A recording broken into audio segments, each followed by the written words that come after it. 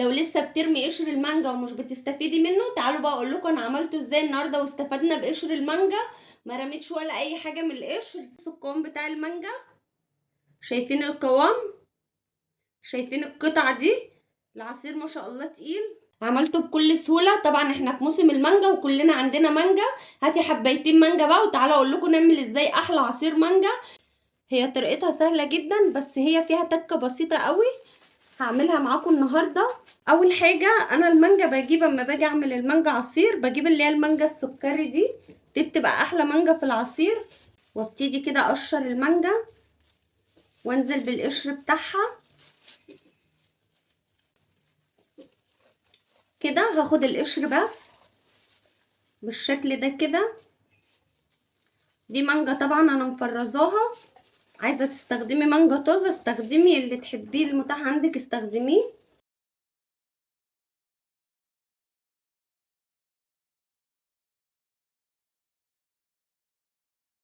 هبدأ انزل كده ب5 معالق سكر. السكر على حسب الرغبة زي ما انت تحبي، بس انا بالنسبة لي المظبوط هنا 5 معالق على الكمية اللي انا هعملها. وانزل كده بالمية كده. خلاص فرمت المانجا، قشر المانجا. بصوا بقى انا عايزة اوريكم كمية العصير اللي هتنزل معايا من قشر المانجا. بسم الله. هبدأ كده اصفي.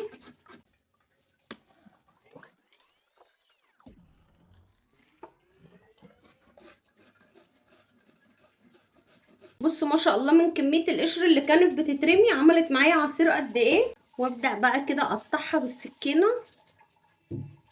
هي بس متجمدة مش عارفة اقطعها قوي. المانجا انا سبتها شوية فكت لانها كانت متلجة قوي ما كنتش عارفة اقطعها. بصوا بقى بعد ما فكت، بصوا بعد ما فكت هتتعمل معايا ازاي اهي. بصوا من غير سكينة من غير حاجة بكل سهولة اهي. بضغط عليها جامد كده اهي. نزلت كل اللي فيها بكل سهولة من غير سكينة من غير اي حاجة. بصوا مجرد ما بضغط عليها كل اللي فيها بينزل كده بالشكل ده اهو.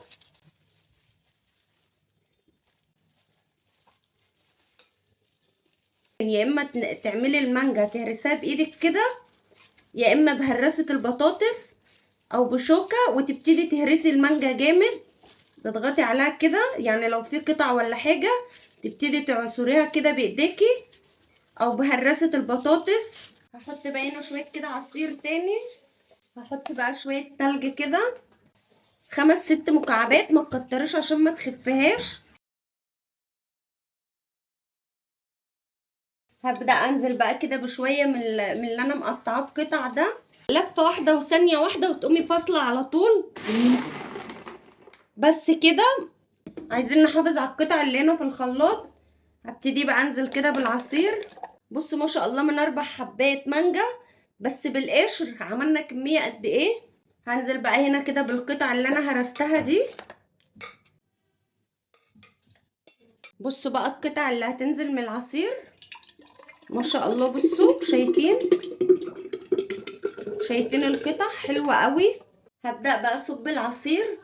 انا بعمله بقى بالشكل ده من بره بالشوكولاته الفرماسيه. بقوم عامله كده منزله الكوبايه هنا في الميه بالشكل ده كده وبقعد الفها واقوم ماسكاها بقى لفها كده على الشوكولاته بالشكل ده كده.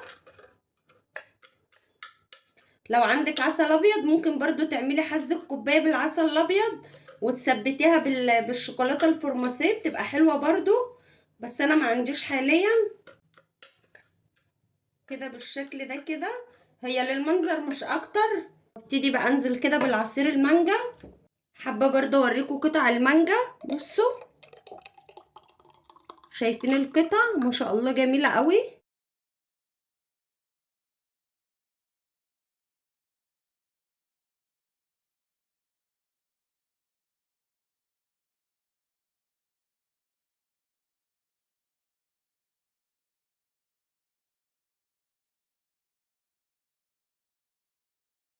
جربوها بقى وحقيقي مش هتندموا لان فعلا طريقتها حلوه قوي وطعمها فعلا تحفه واوفر ما بنشتريها من بره بكتير.